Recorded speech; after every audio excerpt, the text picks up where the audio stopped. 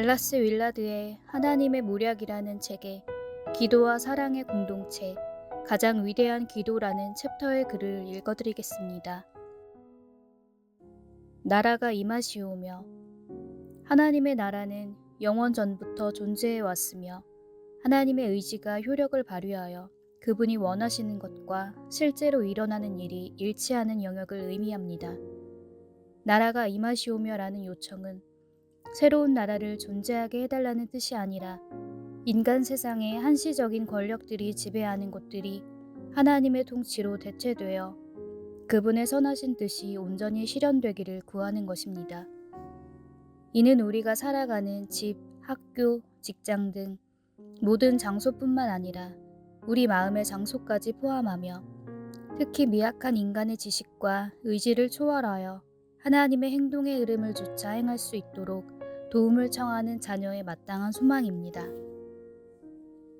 또한 이 기도는 우리 주변 세상과 공동체 속에 자리 잡은 어두운 문화와 구조적 악을 향한 외침이기도 합니다. 문화란 사람들이 생각 없이 행하는 자연스러운 일 속에 녹아 있어 때로는 집단적인 악의 형태를 띠며 수많은 사람을 심각한 악행에 빠뜨리기도 합니다. 우리는 이러한 고차원적이고 집단적인 악의 형태들을 하나님께서 깨뜨려 주시기를 기도해야 하며 무엇보다 우리 자신이 얽혀있는 악을 명확히 보게 해달라고 간구해야 합니다. 단순히 악에 가담하지 않는 것에 그치지 않고 그 위에 빛을 비추어 효과적인 행동으로 악을 제하려는 노력이 바로 하나님의 나라가 이 땅에 임하게 하는 성도의 구체적인 기도이자 사명입니다. 오늘 우리가 함께 나눌 말씀은 디도서 1장 10절부터 16절까지입니다. 불순종하고 헛된 말을 하며 속이는 자가 많은 중 할례파 가운데 특히 그러하니 그들의 입을 막을 것이라. 이런 자들이 더러운 이득을 취하려고 마땅하지 아니한 것을 가르쳐 가정들을 온통 무너뜨리는도다. 그레데인 중에 어떤 선지자가 말하되 그레데인들은 항상 거짓말쟁이며 악한 짐승이며 배만 위하는 게으른 뱅이라 하니 이 증언이 참되도다. 그러므로 내가 그들을 엄히 꾸짖으라. 이는 그들로 하여금 믿음을 온전하게 하고 유대인의 허탄한 이야기와 진리를 배반하는 사람들의 명령을 따르지 않게 하려 함이라. 깨끗한 자들에게는 모든 것이 깨끗하나 더럽고 믿지 아니하는 자들에게는 아무것도 깨끗한 것이 없고 오직 그들의 마음과 양심이 더러운지라. 그들이 하나님을 시인하나 행위로는 부인하니 가증한 자요 복종하지 아니하는 자요 모든 선한 일을 버리는 자니라. 아멘.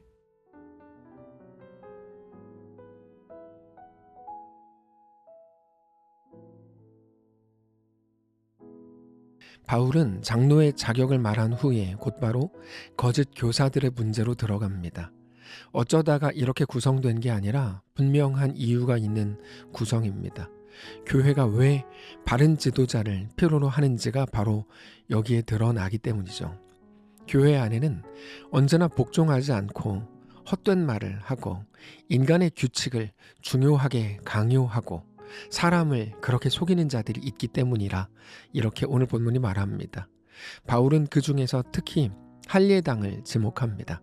이 사람들은 단순히 의견이 다른 사람들이 아니라 복음의 자리를 다른 것으로 바꾸려는 자들이었습니다. 그들이 바울의 사도적 권위와 바른 교훈을 거부하고 자기들의 개인적인 오름과 욕심 때문에 교회를 어지럽히는 자들이라고 정리합니다. 그들의 겉모습은 경건한 것 같았지만 실제로 그들의 속에는 하나님의 말씀, 진리, 하나님에 대한 사랑보다 자기들의 이익이 중심이었습니다. 그래서 바울은 그들의 입을 막아야 한다고까지 말합니다. 10절에 불순종하고 헛된 말을 하며 속이는 자가 많은 중 할례파 가운데 특히 그러하니 그들의 입을 막을 것이라. 이런 자들이 더러운 이득을 취하려고 마땅하지 아니한 것을 가르쳐 가정들을 온통 무너뜨리는도다. 사실 이 말은 사도가 말했다고 하기에 너무 과격한 말처럼 보이지만 전혀 그렇지 않습니다. 이건 오히려 목회적 책임감입니다. 왜냐하면 이들의 가르침은 단지 몇 사람의 생각을 흔드는 정도가 아니라 모든 가정을 무너뜨리기 때문입니다. 거짓 교훈은 결국에 개인의 취향 문제가 아니라 공동체 전체를 병들게 하는 겁니다. 그래서 결코 가볍게 대할 수 없는 겁니다. 그래서 우리가 교회의 사랑을 말할 때 반드시 기억해야 되는 게 있습니다. 사랑은 진리를 포기하면서까지 타협하는 게 아닙니다. 자기의 옳음을 주장하면서 복음을 무너뜨리는 거에 대해서는 단호해야 된다는 것을 우리가 배우게 되는 거죠. 그러면서 바울은 더 나아가서 그레데 사람들에 대해 알려져 있는 내용들에 대해서 이렇게 말합니다. 12절에 그레데인 중에 어떤 선지자가 말하되 그레데인들은 항상 거짓말쟁이이며 악한 짐승이며 배만 위하는 게으름뱅이라 하니 이 증언이 참되도다. 이건 단지 그레데인들을 욕하려는 것이라기보다 교회가 서 있는 문화, 그 처지와 형편이 어떤지에 대해서 사실을 말하는 겁니다. 늘 새로운 시선을 가지고 공동체를 바라보아야 잘못된 것을 구별할 수 있는데 사람이 자기 문화에 익숙해지면 뭐가 문제인지조차 깨닫지 못합니다. 그렇게 볼 때 복음은 우리가 살아온 방식 자체에 대해서 늘 새로운 시선을 가지게 합니다. 그래서 복음적 시선이라는 것이 우리 자신과 공동체를 얼마나 건강하게 하는지, 얼마나 하나님 나라에 가깝게 만드는지 모릅니다.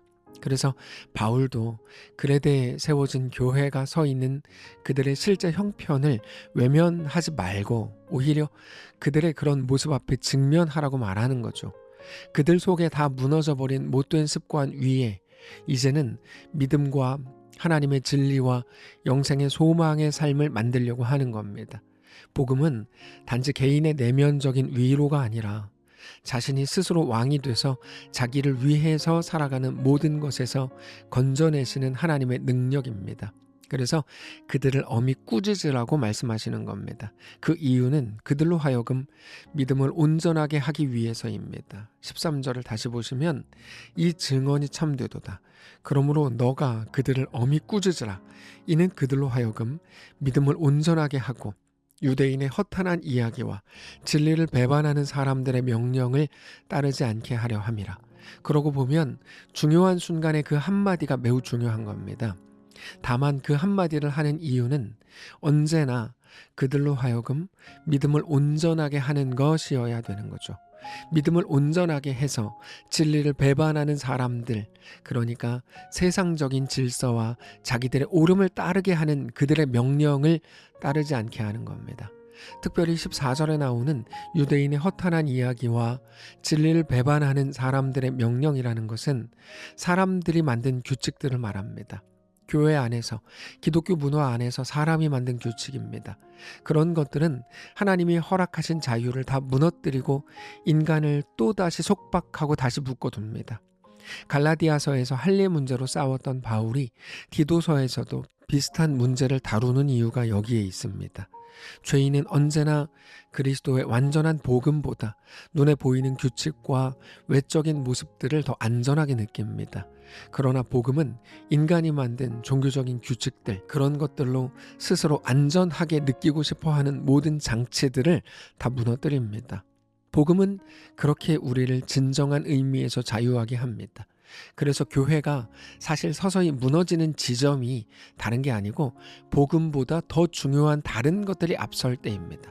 예를 들어서 친교, 교제, 대단한 봉사, 그 어떤 것이라고 해도 복음보다 마치 앞선 가치인 것처럼 외치게 되면 교회는 반드시 무너집니다. 그리고 그게 교회의 타락입니다.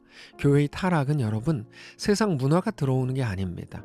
아무리 좋은 것들이라고 해도 그게 복음보다 앞서는 겁니다.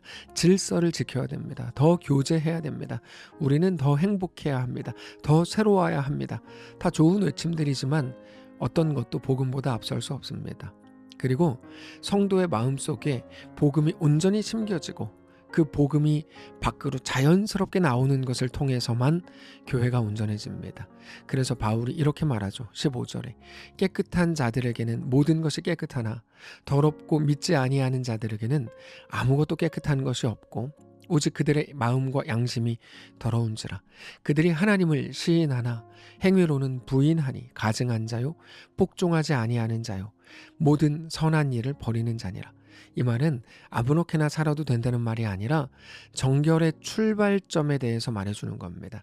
그 출발점, 그 시작이 내면에 있다는 건데, 그 내면에 복음이 잘 세워질 때 자연스럽게 하나님의 마음을 가진 자로 행하게 된다는 말입니다. 그러니까 이런 모습을 가집시다, 이렇게 행합시다, 저렇게 행합시다가 중요한 게 아니고, 그들 속에 복음이 들어가서 복음이 심기워지면 그것을 통해 나오는 모든 것들이 깨끗하다는 거죠.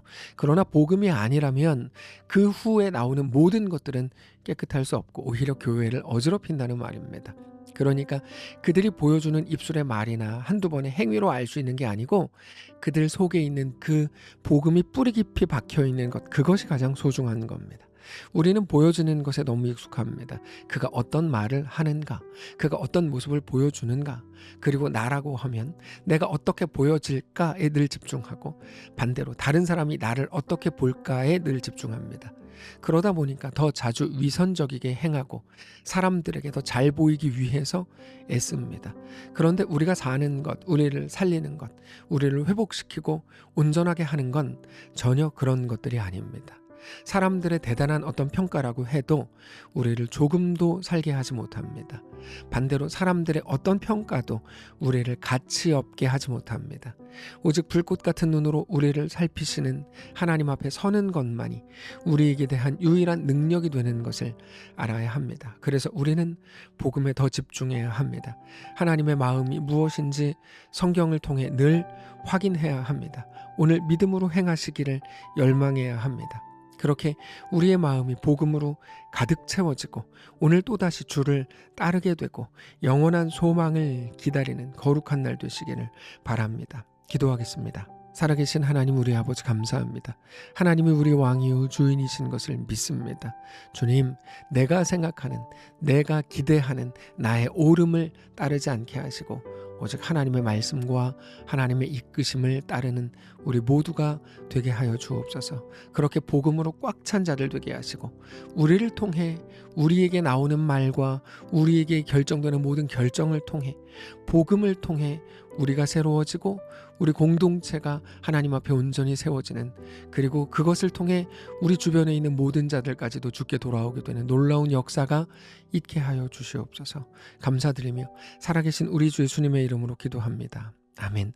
사랑하는 성도 여러분, 하나님께서 오늘 하루를 우리에게 또 허락하셨습니다. 믿음으로 우리 주께 온전히 나아가시기를 원하고 우리가 있는 모든 자리에서 하나님을 더 사랑하고 주께 온전히 순복하는 거룩한 날 되시기 바랍니다.